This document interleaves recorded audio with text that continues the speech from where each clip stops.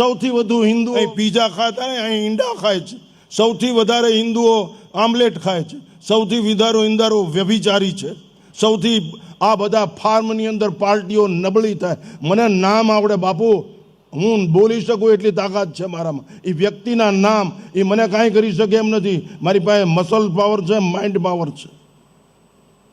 એ હિજડાઓની ફોજે રાષ્ટ્રને ખતરામાં મૂકી દીધું. સંપત્તિ કાંઈ ન થાય બાપુ, કોઈક મારીને લઈ જાય.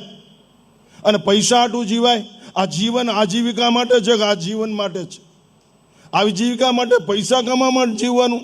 કૂતરા ક્યાં કાંઈ મહેનત કરે છે? 12-15 વર્ષ દસ્તાવેજ વગરના મકાનમાં રહે છે અને જલસા કરીને મરી જાય છે. આપણે એમાં જ હોય તો પછી એમાં જોઈન્ટ થઈ જાવ. આમાં હું કામ ગીરીદી કરો?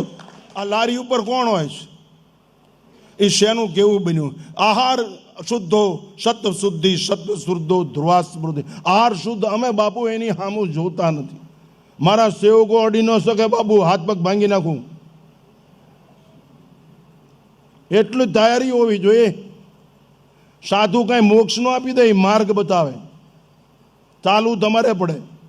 અમને ક્યારેય કુપથગામી ભાળો ભડાકો કરીને મારી નો નાખો, તમને તમારા બાપના આમ છે. અમે રાષ્ટ્ર માટે સમર્પિત છીએ. અમારું જીવન વૈદિક સંસ્કૃતિ માટે સમર્પિત છે. અને રાત અને દિવસ રોજ 400 કિલોમીટરનો પ્રવાસ કરું છું. હું જ્યાં મહંત છું ત્યાં પેટીમાં 10 લાખ રૂપિયાનું ચિલર આવે છે. અત્યારે દિલ્હી સુધી કોઈ બોલે એવું નથી. અમે પૈસા ભેગા કરવા નહીં, અમે માનવ જાતનું, પ્રાણી માત્રનું ભલું કરવા માટે સાધુ થયા છે. પૈસા ભેગા કરવા માટે. પૈસા તો મારીને લઈ આવાય.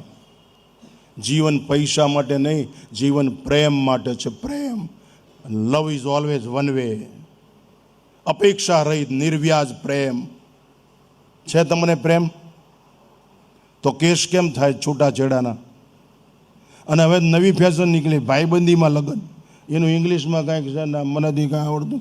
ભાઈબંધી લાલા. અરે મરી જાવ, એની માને પહેલાં ઝેર ખાઈને મરી જવું જોઈએ. આવી પેદા શું કામ કરો? દેશની જ માં દઈ નાખે એવા ને. આ અભદ્ર વિધાન હું સંન્યાસી હોવા છતાં બોલું છું. અમને અંદર દાજે છે.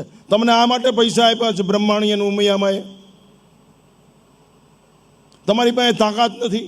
તમારો ગ્રસ્તાશ્રમ છે કે હોટલ છે? અમે કાંઈ મહેનત નથી કરતા, ટોયસ્ટી જીવી છે. હું મોટામાં મોટી શૈક્ષણિક સંસ્થા ચલાવું છું. બાપુ અંદર અવાજ ન થઈ શકે, કોઈ અસામાજિક તત્વ કરી શકે નહીં. મારા આશ્રમનો ડેલો ખુલ્લો હોય ને, ન્યુસન્સ એ ડેલા સામું જોઈ શકે નહીં. એને ખબર જ હોય કે ઘરે આવીને મારશે. છે એવી છાપ, છે એવી ધાક તમારી પ્રજા ઉપર. તમારી પ્રજા તમને ગળચી દબીને મારી નાખે. રેસમાં હારી જાય, દારૂમાં હારી જાય, માંસમાં હારી જાય, મદિરામાં હારી જાય, વેશ્યાગમન હારી કરી જાય. તોય તમે એમ કહો કે બેટા સુધરી જા. અરે મરી જા. આવા આના કરતાં પથ્થર જન્મ્યો હોત તો કોઈક ગરીબ માણસની દિવાલમાં કામ આવે. માટે માતાઓને પહેલી નૈતિક ફરજ છે કે તમે તમારા ઉછેરમાં ફેર છે.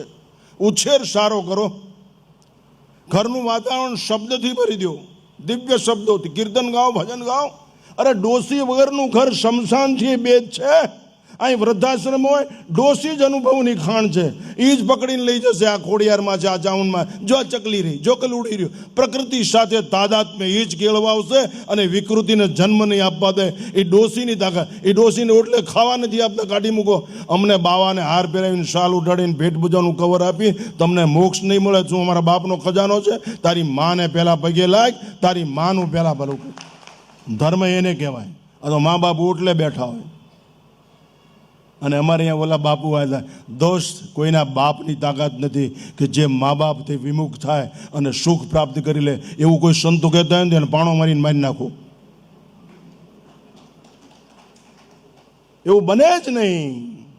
જેને જન્મ આપ્યો એ જન્મદાત્રી, એ પિતા, એને તમે ગણો નહીં. અને તમને દારૂની બોટલ ગમે, ગંજી બધાનું પનું ગમે. ગીતાના શ્લોકમાં શું ગાવા છે? રામાયણની ચોપાઈ. જે તમારું પરમ કલ્યાણ કરે એમ છે, જે મનુષ્ય ચરિતાર્થ કરી દે જીવનને, એવી ચોપાઈઓ છે. સજ્જનોનો સંગ કરો. નબળા માણસનો શું કામ સંગ કરવો છે? એને સુધારવા પ્રયત્ન કરો, એવું આચરણ કરો.